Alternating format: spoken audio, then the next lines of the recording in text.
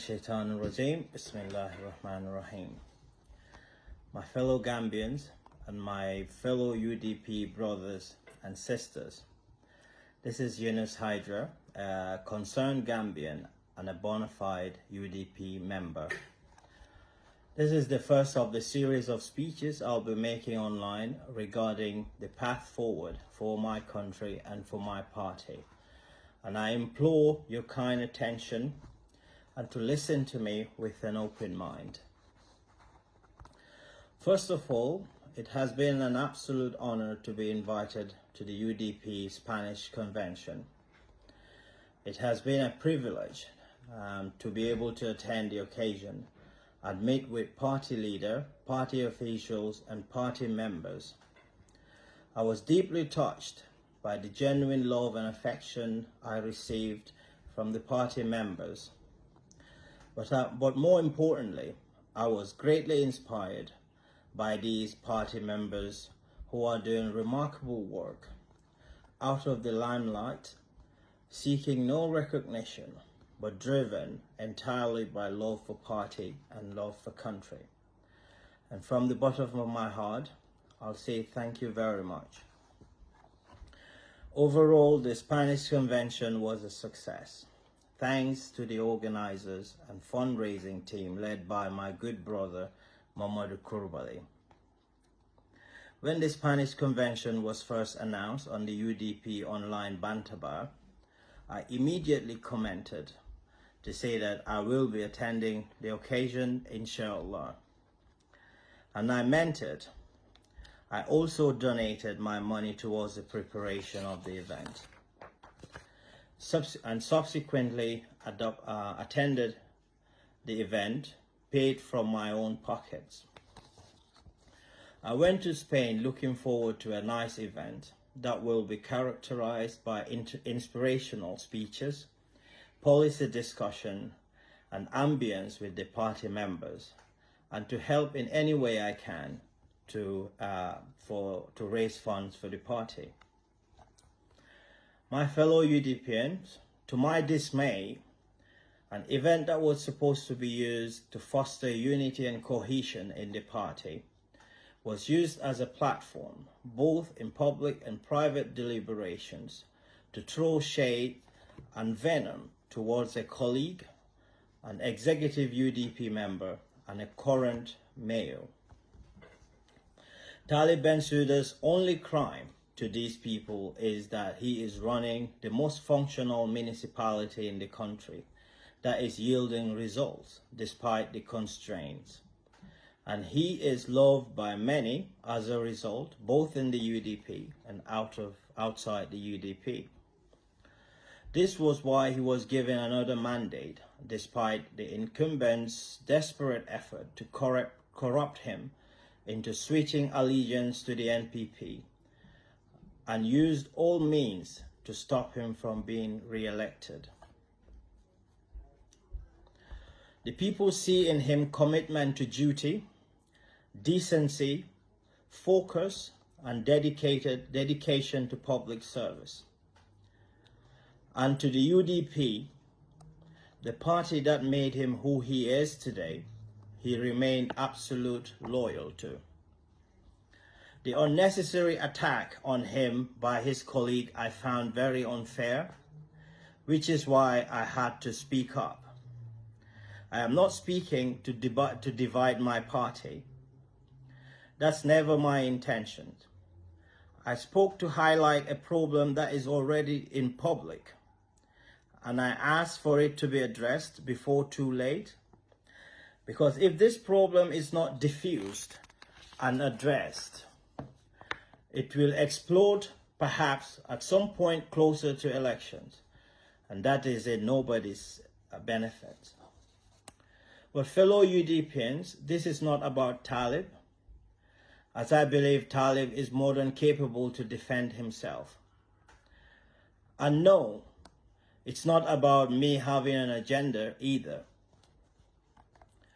Talib has never expressed his political ambition to me, and if I knew anything about what he is up to, it's through his public interviews on various platforms.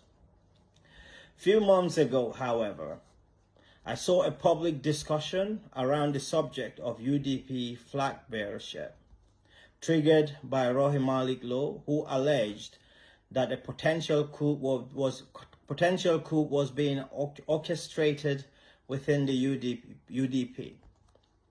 As always, I never shy away from throwing my 2 cents on trending issues based on tightly reasoned arguments and guided by my conscience in what I believe is in the best interest of our people. I never knew this, my honest take, will get me branded as a Talib loyalist to a point that I will be treated as a suspect within my party's occasion and provoked unnecessarily by a UDP executive member. Indeed, I never believed for once that I have the power to impose a candidate on my party. My fellow UDPians, by any standard, I will take a person who will give it to me straight to my face, give me their honest take over a person or group who only tells me what I want to hear, speaking about unity on the surface, declaring unquestionable loyalty to the party and its leadership, while underneath doing everything to undermine the party's and the country's best interest for their own narrow self-interest.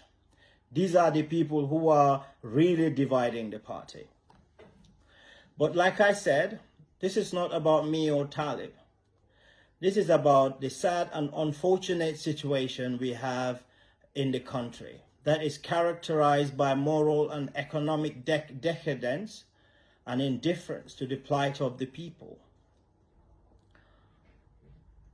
and the role that the UDP must play in stepping up to task in meeting the expectations of the people. The joy and hope we felt post-2016 elections was quickly changed into despair and hopelessness. The institutions that we wanted built are undermined and further weakened. Our desire for a new constitution was abandoned. Our transitional justice program was abandoned, and all promises made to us now completely forgotten. Consequently, we face an enormous challenge as a people, including but not limited to rising costs of living, high crime rates, high youth unemployment, and more young people dying in the Mediterranean Sea. Yet, in the midst of all these problems, our two main political leaders, President Barrow and Honorable Dabo, have decided to put all these problems aside and reduce our national discourse to being all about them, indulging in a ping-pong fight using arguments that none of them is entirely innocent of. Consequently, morale in the country is at all-time low. Standards cannot be any lower, and in the middle of all these is the innocent women and children in the country who are living just to stay alive. We've all agreed Barrow, as the elected president, is the most to be blamed. Most Gambians have completely lost faith in Barrow and have turned to an alternative, the main opposition party, whom we expect higher moral ground in conduct that is consistent with our nation's highest values. These values include sympathy and compassion for the people, honesty, accountability, just to name a few. The UDP leader, Honorable Lawyer Dabo, who we all revere and respect, since 2016 has made many political miscalculations, showing some significant moral lapses that have resulted in making it near impossible to sell him as a presidential candidate to cross-section of society. We can all compete in showing loyalty and love to Dabo, calling for Dabo by force, but in a democratic dispensation, force cannot get anyone elected. you have to appeal to a vast majority to win. This has further put the UDP in a very compromised position in any argument premised in the so-called whataboutism, causing our party members to be defensive, defiant, and in some cases aggressive, and creating a negative perception around the party. I have vehemently supported Lawyer Dabo's call for Barrow to return the land when he called it out. But on the same vein, I also called on Lawyer Dabo's daughter to return the land for more deserving Gambians to have it. I don't know the legality and validity of his daughter and wife's land application because I did not see their application forms. But I know this is tainted by significant moral and ethical lapses. Fenda lives in the United States. Based on the minimum wage at least, she only needs to work 5 hours to match the entire month's salary of 90% of Gambian workers, not to mention the vast majority that are unemployed and on no income. I do not know about Honorable Dabo's wife's situation, but I know based on our religious, traditional, and even laws, Honorable Dabo's properties are also his wife's properties. We have seen the list of properties he declared to the IEC. What we know for sure, however, is his wife and daughter have somewhere decent to live, unlike many Gambians who do not have a place of their own and don't have any connection or with any influential figures for them to be allocated with a land in a short space of time. Overall, I do not care much about the legal question here because Gambian electorates are more receptive to moral suasion than any high-minded legal argument you can come up with.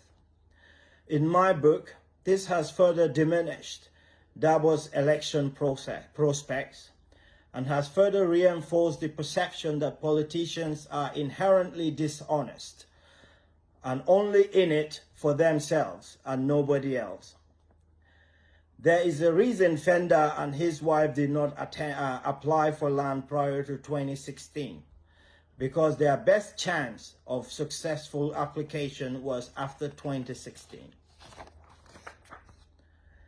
Fellow Gambians and fellow UDPians, by all indication, Honorable Dabo has finally made up his mind to run for 2026 elections. He is still made to believe that he did not lose the 2021 elections and used a lot of messaging in Spain to discuss ways to block electoral irregularities. I have no doubt electoral irregularities have occurred in 2021, but not to a magnitude able to change the outcome of the elections. The margin of over 200,000 votes cannot be explained by election irregularities. He also stated that he is the party's leader till 2030 and that he currently sees no party member that can fill his shoes. To me, this statement suggests failure of leadership on his part. Like Obama once said, any leader who believes, and I quote, any leader who believes that only him can get the job done, then such leader has truly failed to build his country and his people. But I disagree with Honorable Dabo on this statement because I believe there are many capable UDP members whom, by getting strong endorsement from Honorable Dabo, will take the UDP to State House with great ease. It is no doubt Dabo commands a lot of respect within the UDP, but sadly, this has never been sufficient to take us into the State House. And it has now gotten to a point when some of his key loyalists are saying in private that he will lose woefully if he runs in 2026, including even those who are constantly in his ear telling him that he is the greatest and the most credible candidate to win the 2026 election. Even Barrow is luring Dabo to run, because Barrow knows 2026 will be a walk in the park for him if Dabo runs. My fellow UDPians and concerned Gambians, as such, I call on all conscientious and well-meaning Gambians to prevail on Honorable Dabo and appeal to him to forgo his intention to run for 2026 elections. This will allow the country the necessary reset that it so badly needs. He should now initiate a transition process guided by fair and transparent democratic process to select a new flag bearer that will infuse the new energy, vitality, and focus that we need. We will all rally behind the chosen candidate, whoever it may be, and develop a new agenda for the country and hit the ground running into 2026 elections. Fellow Gambians, please join me to say, Baba isawari silam. Baba isawari silam be danila. There will be no level playing field if Baba puts himself forward in the selection process, because nobody will dare challenge him due to the respect that we all have for him. I firmly believe this is what's in Dabo's best interest, as well as the parties and that of the country. And no, the UDP constitution has no time frame stipulated to initiate this process. Certainly, the constitution will provide a provision for this process to be initiated, especially during times of moral crisis. Therefore, at this point, we are all being tested as party members. My mother taught me the Quran while I was growing up as a kid, and there is one particular verse that she always emphasized to me. It says, and I quote, "Kullukum ra'in wa kullukum mash'ulun an ra'iyatihi." In this verse, God has said, you are all leaders and you will all be held accountable upon your leadership in the day of judgment. Indeed, we are all leaders, whether as heads of our little families, heads of communities, heads of governments and institutions, heads of political parties, as well as ordinary responsible adults. Fellow Gambians, the minimum leadership Gambia currently needs from all of us is to be honest in speaking truth to power. There exists a thin line between loyalty and integrity. When loyalty to party or its leadership clashes with loyalty to the greater good, the noble thing to do is to defend loyalty to the greater good. Mbading, katonyafo ito iteria manyana kateria tinya. Certainly, truth cannot damage a cause that is just. If the UDP is on the just course, it should not see truth as a threat to its unity. To the young people of the Gambia, we are the largest demographics and the ones with the highest at stake. This is the power at your disposal to defend your interest that you seem unaware of. Use it to demand better from your leaders. We must stay united, because any division within us is only working in favor of politicians and their connected few elites. We are in the same boat, to all young people. and we have a shared future.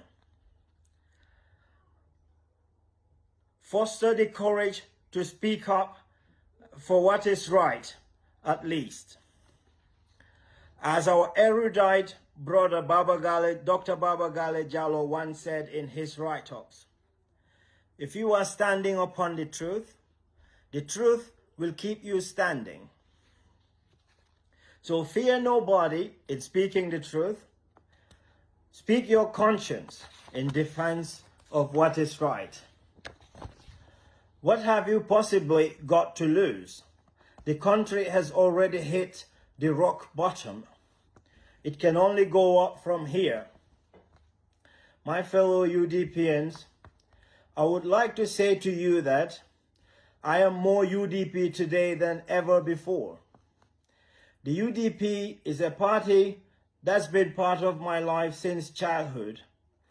It is a source of normalcy for me.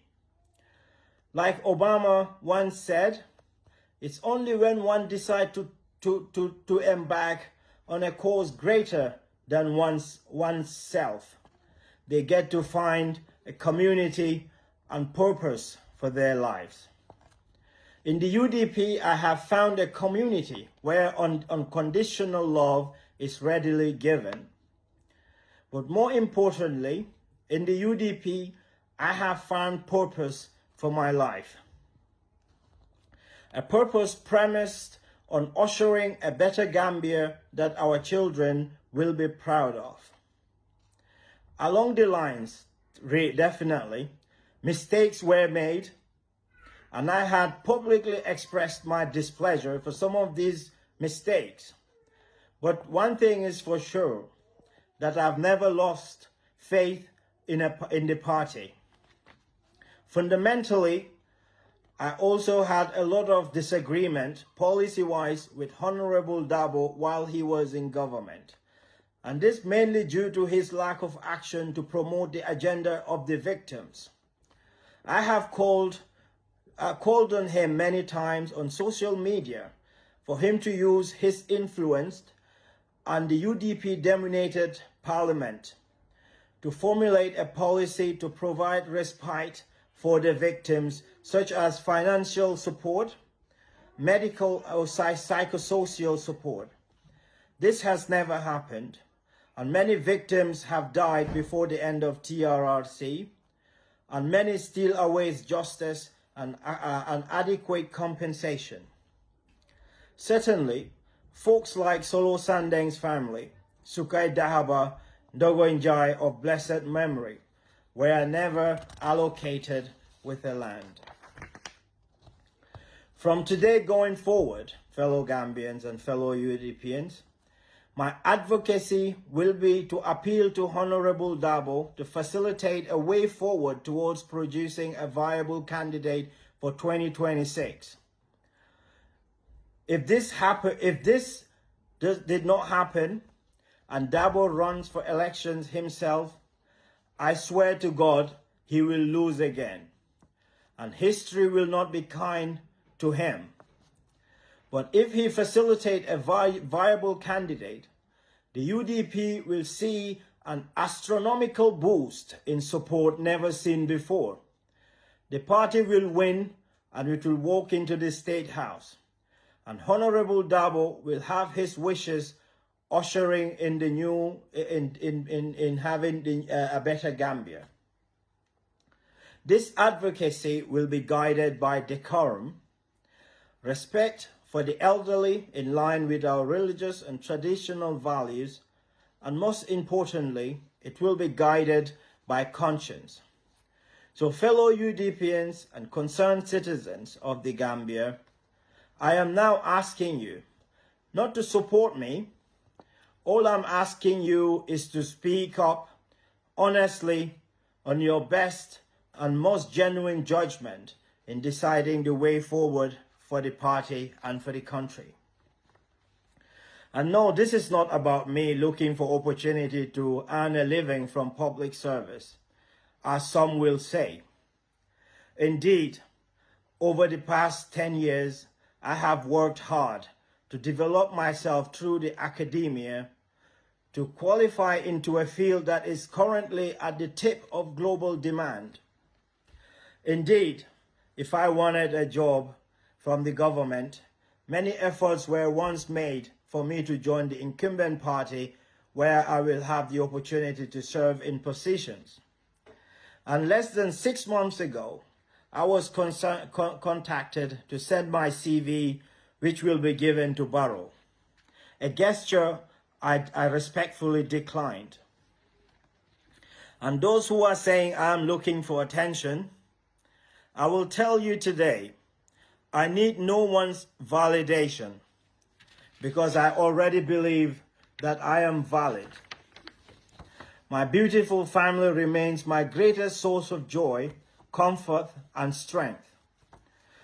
And no threats and intimidation, insult, and character assassination I will pay no mind to. Because if Solo Sandeng can die for Gambia, I sure can take insults for Gambia. I owe it to my conscience, and I owe it to many young Gambians who believe the little influence and voice I may have to not mindlessly go with the mainstream narrative. And if we fail to do the right thing, I will unfortunately say to you again that I was right, and we will all suffer the consequences. So, Mbading, I count on you for the love of God, for the love of country, for the love of party, and indeed for the love of Honorable Lawyer Dabo. Speak up on what you really believe in and make sure we all do what is right. We cannot afford to miss 2026 because if we do, we are giving Barrow a blank check to do whatever he wants. And I have a genuine fear, we will become stateless and the Gambia will have no choice but to join Senegal. And that's if Senegal wants to take a bunch of failed country. Thank you very much, and thank you for listening. And my apologies if I offend anyone. But the one thing that we will do is to speak. Thank you very much, and God bless.